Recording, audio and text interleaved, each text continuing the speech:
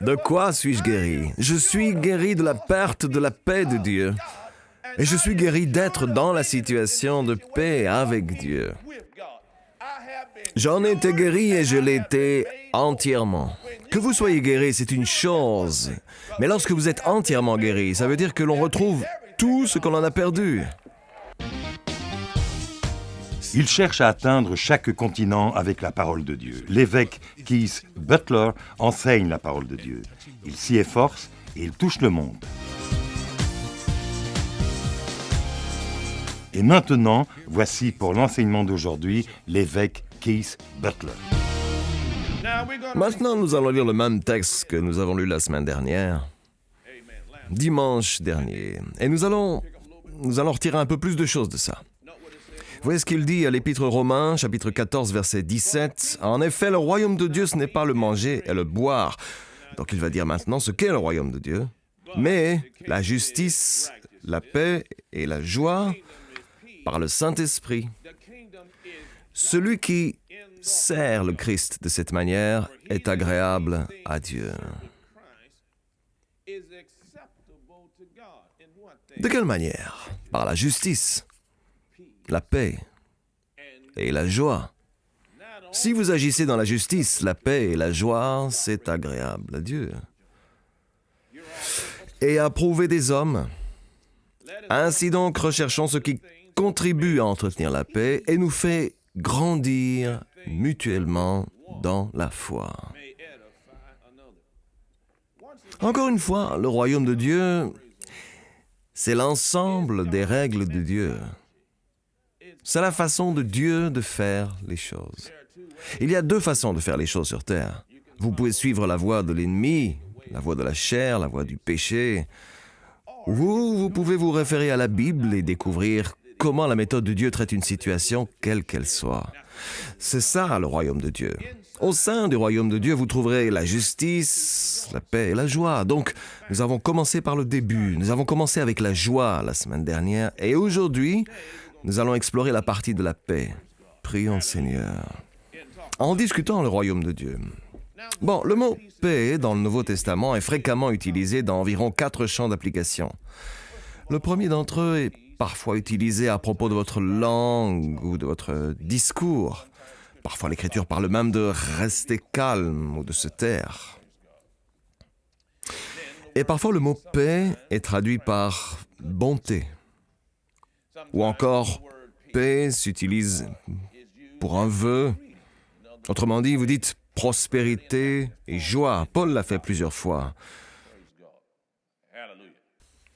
Et parfois, le mot « paix » se réfère à des gens qui s'entendent en s'assurant que nous nous entendons bien avec tout le monde. Le mot grec pour paix est « eiréné ». Et en fait, le mot « eiréné » signifie « prospérité », il signifie « tranquillité », il signifie « repos ».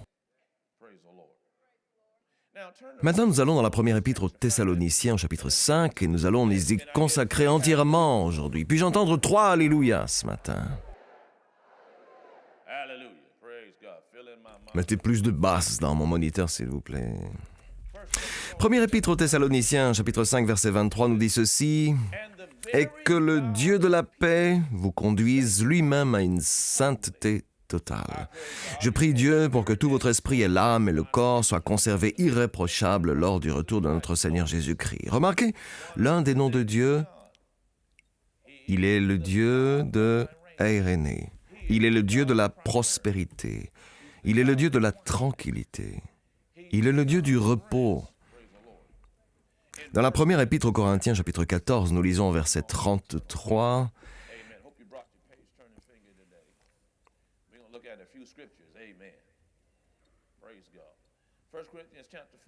Premier Corinthiens, chapitre 14, verset 33. « Car Dieu n'est pas un Dieu de désordre ou de tumulte,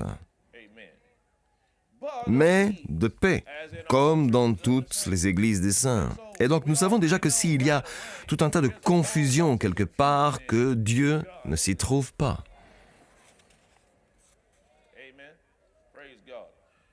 Parce qu'il est le Dieu de la prospérité, de la tranquillité et du repos. Nous trouvons 2 sortes de paix dans la parole.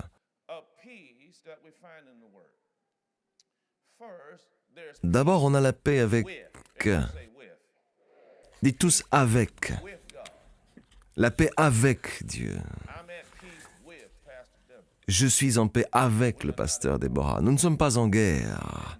Elle ne s'est pas réveillée en me lançant des reproches. Elle m'a parlé ce matin et je lui ai répondu. Elle m'a souri et j'ai souri aussi. Hier soir, en se mettant au lit, elle m'a dit « Je t'aime ». Je lui ai dit « Je t'aime encore plus ». Donc nous sommes comment? Nous sommes en paix l'un avec l'autre. Donc en paix avec Dieu. Si l'Écriture parle de paix avec Dieu, cela veut dire qu'il peut y avoir une absence de paix avec Dieu. Et il y a la paix de Dieu. La paix de Dieu requiert ou évoque votre état de tranquillité, état de repos et non d'angoisse. Et c'est une grande partie du royaume de Dieu qui pousse Dieu à vous approuver. Et les gens apprécient que vous agissiez aussi de la sorte. Je peux entendre un amen de chacun de vous? Maintenant, allons dans la Genèse, chapitre 3, parce que dans la Genèse, chapitre 3, après que l'homme ait été créé dans le jardin d'Éden, cet homme, Adam, le premier homme créé, cet homme a été créé et tout ce qu'il avait était la paix avec Dieu. Dieu était heureux avec lui et il était heureux avec Dieu. Chacun d'eux fonctionne l'un avec l'autre. La Bible nous dit que Dieu venait rendre visite à son homme dans la fraîcheur du soir. Il discutait, il y avait un lien de camaraderie avec cet homme. Mais le Seigneur lui disait, je vais lire en fait le chapitre 2, je ferai mon boulot dans le chapitre 3. Au chapitre 2, le Seigneur lui a donné un avertissement. Cependant, il dit à l'homme, au verset 17, « Mais tu ne mangeras pas le fruit de l'arbre de la connaissance du bien et du mal, car le jour où tu en mangeras, tu mourras, c'est certain. » L'Hébreu dit ceci, « Le jour où tu en mangeras, tu mourras. » Autrement dit, vous allez vous retrouver dans le péché et vous allez ressentir une mort spirituelle. Et une mort spirituelle connaît une multitude de définitions. La première, la mort spirituelle, est une séparation d'avec Dieu. En d'autres termes, la paix avec Dieu est rompue. La camaraderie avec Dieu, dès lors, est stoppée. En deuxième lieu, vous recevez la nature de Satan. Oui, avant de pécher, Adam est heureux. Et il est chanceux. Il passe de bons moments, mais nous trouvons ici, quand nous passons au chapitre 3, verset 6, la femme vit que l'arbre était porteur de fruits bons à manger, agréable à regarder et précieux pour ouvrir l'intelligence. Elle prit de son fruit et en mangea. Elle en donna aussi à son mari qui était avec elle, et il en mangea. Voilà. Et ils ont commis le péché, et aussitôt qu'ils l'ont fait, la paix avec Dieu a été rompue. Le péché les a séparés. Le péché a érigé un mur entre l'homme et Dieu. Et il n'y a pas eu que la rupture de la paix avec Dieu. Lisons plus loin au verset 10. Cependant, l'Éternel Dieu appela l'homme et lui dit « Où es-tu » Et au verset 10, Adam répond en disant, il répond « J'ai entendu la voix du jardin, dans le jardin, et j'ai eu peur. » Bien, la peur est l'opposé de quelqu'un qui est en paix. Donc la paix avec Dieu était brisée et l'homme avait perdu la paix de Dieu. Les deux événements se sont produits dans le jardin. Donc si Dieu sauve cet homme, s'il fait en sorte qu'il se rachète, si cet homme va récupérer tout ce qu'il a perdu, alors ce qui va arriver, c'est que d'une certaine façon, il faudra payer le prix de ses péchés et dès lors, cette paix avec Dieu pourra être restaurée. Et quelque chose devra se produire dans la nature de l'homme qui maintenant est celle de Satan, pleine de frayeur, à l'opposé de la foi. Et Jésus nous a parlé de la nature de Satan dans Jean 10. Il a dit que Satan est un voleur, qu'il vient pour voler, tuer et détruire. Et si vous n'avez pas lu le reste de l'Ancien Testament, sachez que Satan est absolument dépourvu de paix, qu'il épuise chaque jour, qu'il perd de sa force chaque jour. qu'il est rempli de peur et d'angoisse, de problèmes et de haine et de toutes ces choses. Il n'a pas la moindre paix. Il sait que son temps est compté. C'est pourquoi il fait tout ce qu'il peut. Pendant ce temps, il essaie de rendre tout le monde le plus malheureux possible. Bon, mais si nous, les hommes, allons être sauvés, alors il doit y avoir une autre sorte de rédemption. Maintenant, allons au chapitre 3, mais au verset 15 cette fois. Il se pourrait que Dieu ait choisi, parce que l'homme a fait un choix. Dieu aurait pu dire, « Ok, fais ton chemin, je t'ai prévu de ce qui pouvait arriver, tout ce qui se passait bien entre nous, je t'ai donné tout ce que je pouvais, tout ce qui était possible que tu reçoives, et toi tu as choisi l'ennemi. » Et Dieu aurait pu s'en aller. C'est ce que font beaucoup d'entre nous. On dit, « Tu ne veux pas de moi, alors je m'en vais. » Ok. Mais le Seigneur lui a signalé tout de suite aux hommes et aux démons quelles étaient ses intentions. Il a dit au verset 15, au début de sa prophétie, « Je mettrai l'hostilité entre toi et la femme, entre ta descendance et sa descendance. Celle-ci t'écrasera la tête et tu lui blesseras le talon. » Bien, nous savons qu'une femme ne porte pas la semence. Et donc le Seigneur fait déjà cette prophétie. « Je vais vous envoyer celui qui vous donnera un grand coup sur la tête. Il vous enlèvera toute autorité. » Et il viendra par la semence d'une femme. Il commence déjà à prophétiser sur la conception virginale. Allons dans Ésaïe chapitre 9. Si vous retournez là, le mois dernier, je sais que vous avez passé du temps, mais allons dans Ésaïe chapitre 9 et lisons un passage qui nous est très familier. Puis-je entendre 3 Alléluia.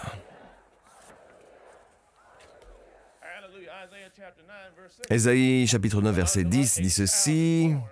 En effet, un enfant nous est né, un fils nous est donné. C'est la double nature de Jésus. Un enfant nous est né.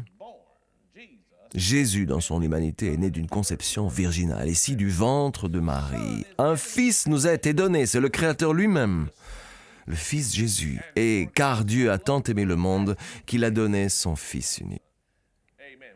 Nous voyons ici la double nature de Jésus.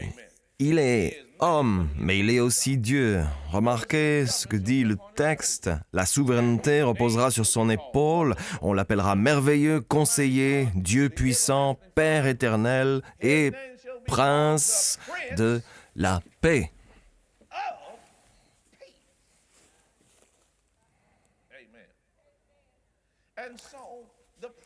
Donc la prophétie d'Ésaïe des centaines d'années auparavant, l'apparition de Jésus, consiste en cela que le Messie sera celui qui nous dirige, nous conduit, apporte et rétablit l'ère aînée. Il rétablit la paix et la tranquillité et la confiance. Gloire à Dieu. Dieu sera vraiment approuvé parce qu'il approuvera vraiment les gens qui ont cela et qui recevront ce qu'il offre. Et donc les hommes le feront parce que chacun recherche la paix. Il y en a qui essaient de trouver cela dans les drogues. Certains États ont actuellement légalisé la marijuana. OK. Et il y en a qui tentent de trouver ça dans...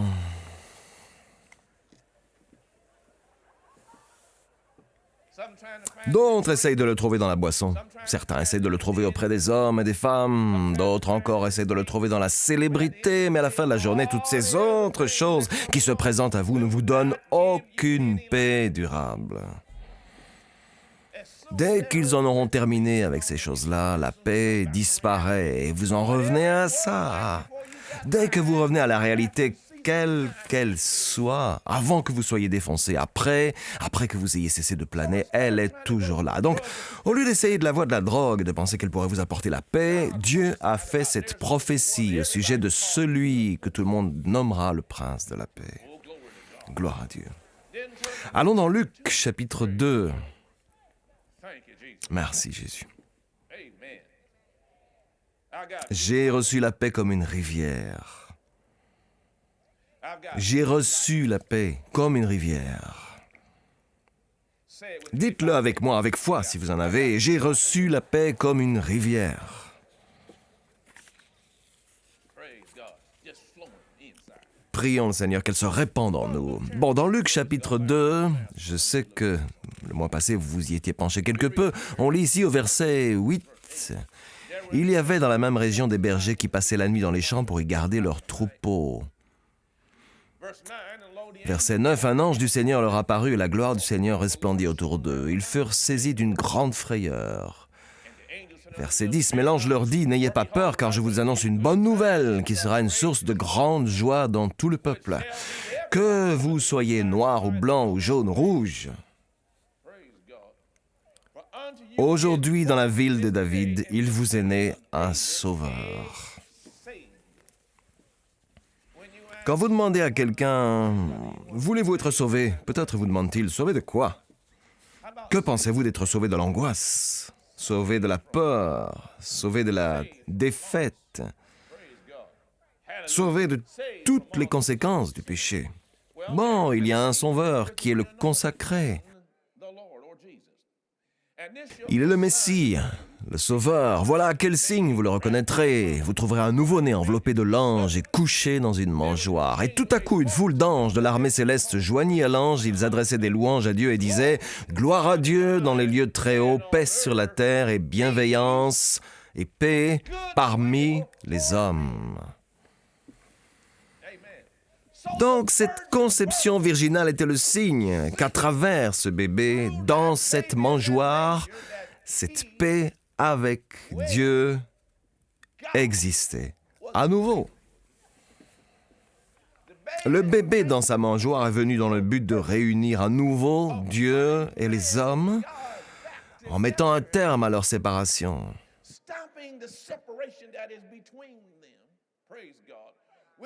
Ce qui veut dire que le bébé dans la mangeoire interviendra au sujet du problème du péché. Et il ramènera l'homme au statut qu'il avait avant sa chute. Avant de chuter, il avait l'honneur et la gloire de Dieu sur lui. Avant sa chute, chaque chose qu'il disait était approuvée. Avant sa chute, il était le Dieu de cette terre. C'est pour ça que Noël, ce n'est pas juste des châtaignes que l'on fait rôtir dans un feu ouvert. Ce n'est sûrement pas un gros bonhomme qui descend de la cheminée. C'est pas une histoire de lait de poule ou un truc dans le genre. Mais il s'agit bien de paix sur terre. De paix avec Dieu, qui a été rendue possible par ce bébé dans une mangeoire. La bonne volonté se trouve du côté de Dieu. Maintenant, concernant sa prophétie au sujet dans Ésaïe chapitre 53, hein? Oh, ça c'est une bonne chose. C'est une bonne nouvelle. J'ai reçu la paix comme une rivière. Dites-le si vous êtes envahi par la foi, j'ai reçu la paix comme une rivière. Il se pourrait que le diable soit déchaîné toute la semaine, essayant de voler votre joie et de vous déposséder de votre paix. Dites, j'ai reçu la joie et j'ai reçu la paix comme une rivière. J'ai reçu la joie et j'ai reçu la paix comme une rivière.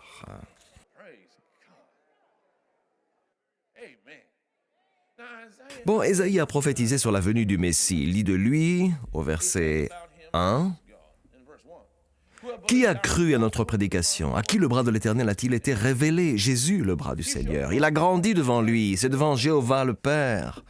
Comme une jeune plante, comme un rejeton qui sort d'une terre toute sèche. Il n'avait ni beauté, ni splendeur propre à attirer nos regards. » Ce qui veut dire qu'il n'avait pas une apparence physique splendide. Et son aspect n'avait rien pour nous plaire. Méprisé et délaissé par les hommes, homme de douleur, habitué à la souffrance, il était pareil à celui face auquel on détourne la tête. Nous l'avons méprisé, nous n'avons fait aucun cas de lui. Pourtant, il prophétise ce qui va arriver. Pourtant, ce sont nos souffrances qu'il a portées. Cela veut dire qu'il prend sur lui nos souffrances. Ce mot, en hébreu, signifie qu'il prend sur lui nos maladies, qu'il prend sur lui nos angoisses, qu'il prend sur lui nos malheurs, qu'il prend sur lui nos maux, qu'il prend sur lui nos problèmes de santé. Toutes ces choses sont des voleurs de paix. Il a pris sur lui toutes ces choses et il s'est chargé de notre macob, nos chagrins. Le mot chagrin ici veut dire qu'il a pris mon angoisse. Il a pris mes souffrances et il a pris ma peine. Merci Seigneur. Vous avez raté une occasion de dire merci. Étant donné qu'il a pris tout ça sur lui, chacun pourra lui dire merci pour ça. Cela signifie toujours que s'il se charge de ça, cela ne m'appartient plus. Cela signifie aussi que je n'obtiens pas ces choses. Il est venu dire « Alléluia ». Mais lui, il était blessé. Le mot blessé ici signifie qu'il était tourmenté. Et je vais lire ça en expliquant comment je gère mes confessions quotidiennes. Il était tourmenté à cause de mes transgressions. Il était brisé à cause de mes fautes. La punition. Le mot punition ici signifie la contrainte. Voyez-vous, quand vous êtes contraint en quoi que ce soit, c'est comme si vous conteniez. La contrainte de ma shalom. Le mot hébreu pour paix. Le mot hébreu pour paix représente ma sécurité, ma prospérité et mon bien-être. Ma sécurité était contenue, ma prospérité a été contenue, mon bien-être a été contenu. La punition qui nous donne la paix est tombée sur lui et c'est par ses blessures que nous sommes guéris. Je suis guéri de quoi? Je suis guéri de la perte de la paix de Dieu. Et je suis guéri d'être dans la situation de paix avec Dieu. Je suis guéri et je suis complètement guéri. Que vous soyez guéri, c'est une chose, mais que vous soyez entièrement guéri signifie que j'ai récupéré tout ce que j'avais perdu. En d'autres mots, il prophétise que lorsque viendra le bébé dans sa mangeoire, lorsque le Messie viendra, la paix avec Dieu sera pleinement et totalement restaurée. Et la paix de Dieu, la tranquillité, l'assurance, la confiance, le repos seront tous présents. Et il n'y aura plus d'angoisse, il n'y aura plus de crainte, on ne sera plus fâché, on ne sera plus déprimé.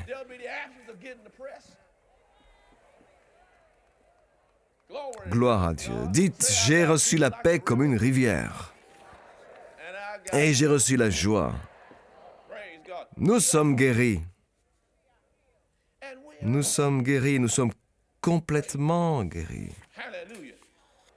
Alors le verset 6 dit ceci, « Nous étions tous comme des brebis égarées, chacun suivait sa propre voie et l'Éternel. » Dans l'Ancien Testament, le mot « Éternel » désigne Jéhovah le Père. Et l'Éternel a fait retomber sur lui nos fautes à tous. Ça veut dire alors que la venue du Messie allait ruiner la paix avec Dieu et la paix de Dieu. Et nous avons vu cela se produire sur la croix. Il est cloué sur cette croix et alors il crie « Mon Dieu! Mon Dieu! Pourquoi m'as-tu abandonné ?» La paix entre le Père et le Fils était rompue et vous en étiez la cause.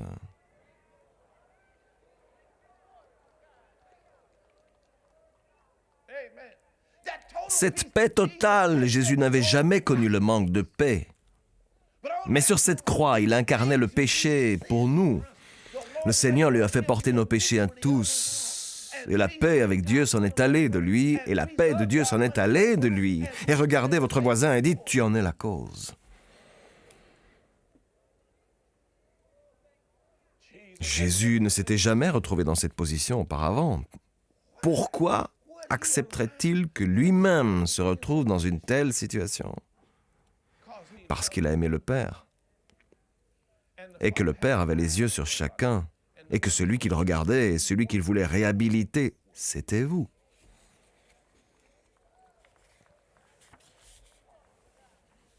Nous voyons au verset 10 dans le même chapitre, Ésaïe 53, « L'Éternel a voulu le briser, le Seigneur a souhaité, le Père a voulu faire cela, a voulu le briser par la souffrance.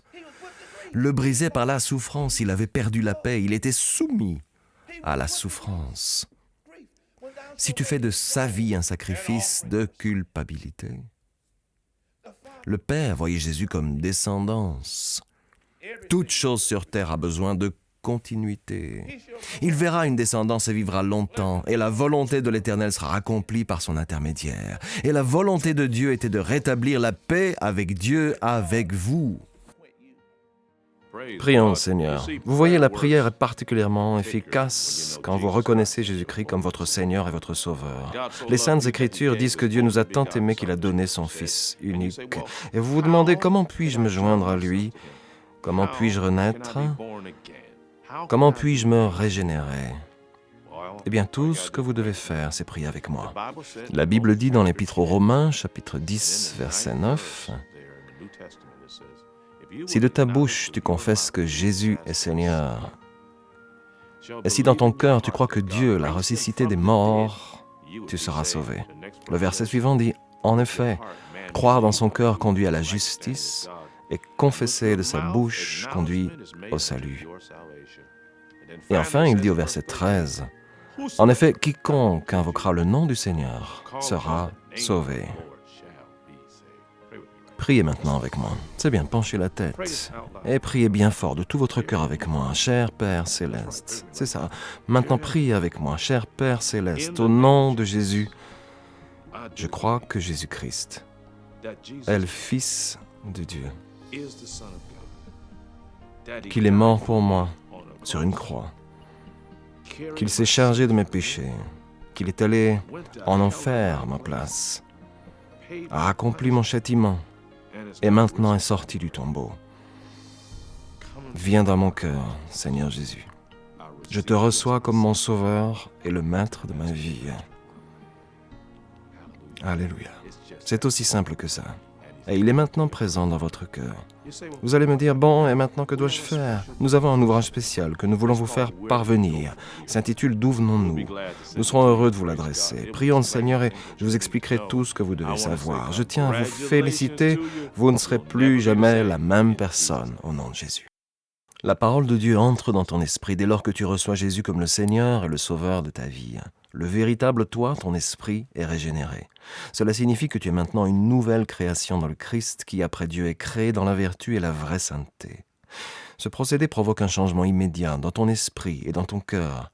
Toutefois, pour continuer ce procédé de changement, tu dois ranger tes anciens habits et apprendre comment cheminer dans ta nouvelle vie avec Dieu en commençant ta journée en prière avec le Père. Une simple prière de louange et d'action de grâce t'aide à consolider ta relation avec Dieu. Remercie-le pour son amour, sa confiance, sa patience, sa tendre bonté, sa paix, son pouvoir de guérison, sa protection face au danger, son indulgence, sa sagesse et son aide pour cette journée. Assure-toi tous les jours de prendre le temps de lire la parole de Dieu. Tout comme ton corps de chair a besoin de nourriture, ton esprit nécessite la nourriture de la parole de Dieu. Veuillez s'il vous plaît prendre note de l'adresse sur votre écran. De la sorte, nous pouvons vous envoyer ce petit livre très important. Il contient une abondance d'informations dont vous aurez besoin maintenant que vous avez décidé d'accueillir le Seigneur dans votre cœur et de continuer votre chemin avec Dieu. Finalement, il est important que vous aussi preniez le temps de trouver un lieu de culte et que vous entreteniez des relations avec d'autres croyants. Nous prions pour vous, afin que le Dieu de notre Seigneur Jésus-Christ, le Dieu de gloire, puisse vous donner l'esprit de sagesse et de révélation dans la connaissance de lui. Le programme d'aujourd'hui a-t-il été une bénédiction pour vous? Ce que vous avez entendu n'était qu'une partie de son puissant message. Vous pouvez commander la totalité du service d'aujourd'hui sur CD, DVD ou par DVD sous-titré MP3 ou MP4. Il suffit simplement de visiter notre boutique en ligne sur www.keithbutler.org ou d'envoyer un courrier à l'adresse inscrite sur votre écran ou de nous appeler. Commandez ce livre aujourd'hui pour vous-même, un membre de votre famille ou un ami et laissez la parole de Dieu commencer à agir dans votre vie dès maintenant.